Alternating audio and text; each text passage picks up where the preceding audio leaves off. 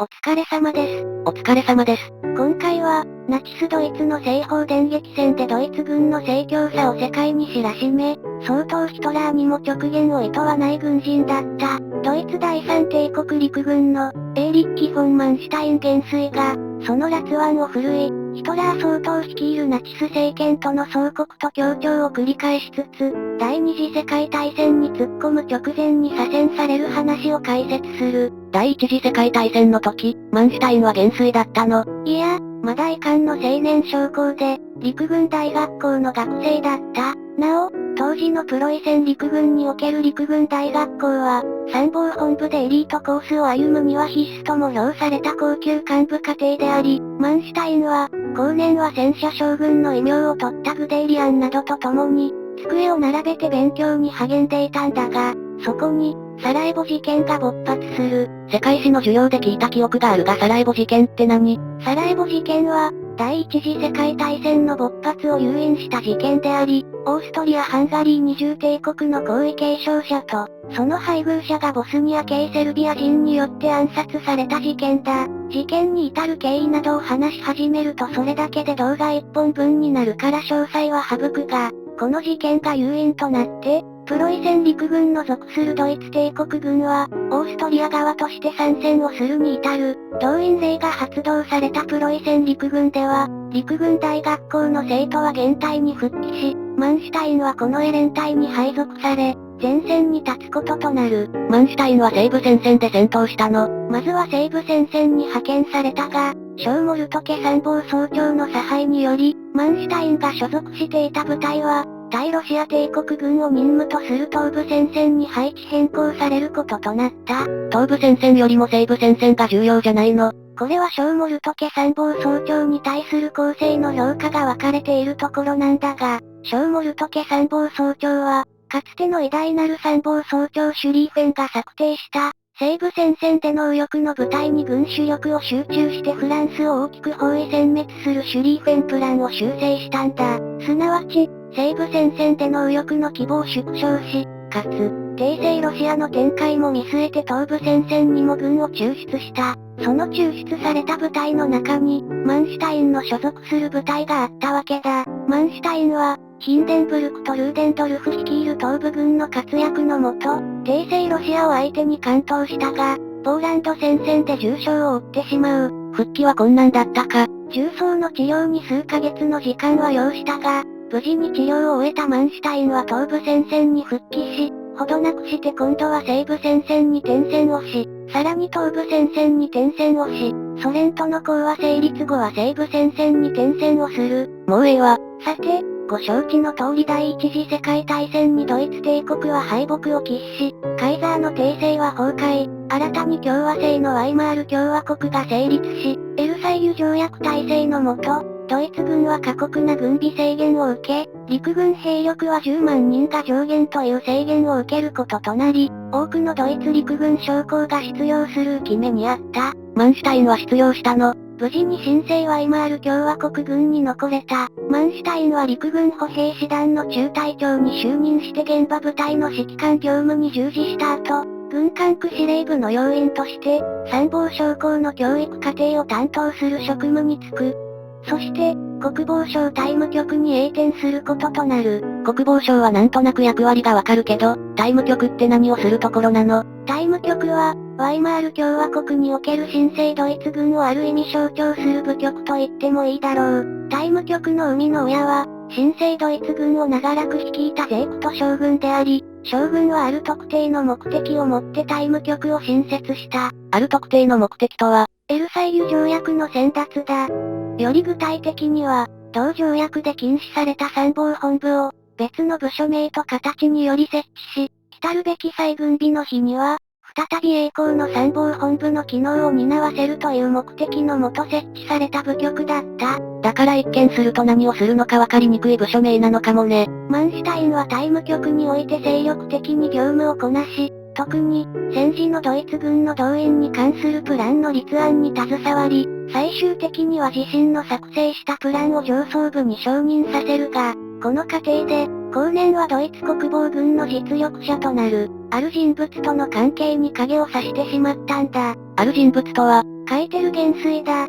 当時の階級は中佐だが、ヒトラー総統の権力掌握後は、特に管理業務に長けた書いてる元帥は非常に重用され、国防軍最高司令部総長まで昇進する人物だった。なんで関係に影が差したの？書いてるもタイム局で動員に関するプランの立案作業に従事していたんだが、マンシュタインは、書いてる案の平坦面での欠点を指摘し、書いてるの作業結果を無視する形で自らのプランを上層部に承認させたので、書いてるとしてはメンツが潰される形となった。この微妙な関係性が後々マンシュタインを苦しめることになる。マンシュタインはタイム局で一定の成果を出した後、バルト海に面するコルベルクで大隊長を務めていたが、この大隊長時代、ドイツの歴史は大きく動き出す。なんがあったの？ヒトラー率いる国家社会主義ドイツ労働者党、いわゆるナチスの政権掌握だ。いよいよ出てきたな。マンシュタインはヒトラー政権に好意的だったの？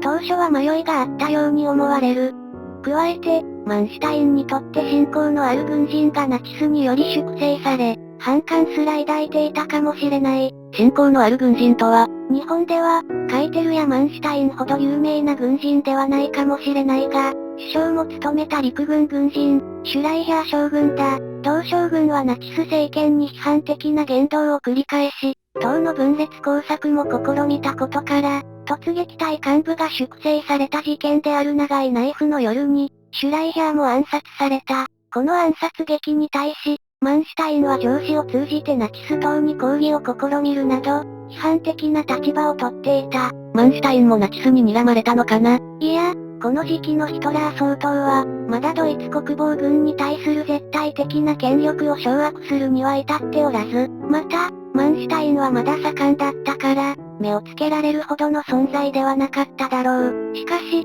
マンシュタインがドイツ陸軍の中枢たる地位に座る日がやってきた。何の役職かな？参謀本部作戦課長、ついで陸軍少将に進級し、参謀本部第一部長に昇進する。参謀本部ってタイム局っていう謎の部署名で偽装してたんじゃなかったっけ？ヒトラー総統が再軍備宣言を行い、エルサイユ条約が破棄されたから、もう遠慮しなくていい時期だったので、参謀本部は復活していた。その上に陸軍総司令部があったので、プロイセンの輝ける参謀本部と完全に同一ではなかったけどね。なぜそんな重要な地位にいきなり昇進したの？才覚ゆえに周囲との圧力は存在したものの、軍事的才能は天才と称され、仕事ぶりも迅速を極めるという、軍事官僚としての能力を見込まれたのではないか。マンシュタインが参謀本部に着任した時期は、ヒトラー総統の再軍備宣言により、ドイツ陸軍は急拡大を進めている時期で、マンシュタインが以前にタイム局で練り上げていた動員プランの経験も相まって、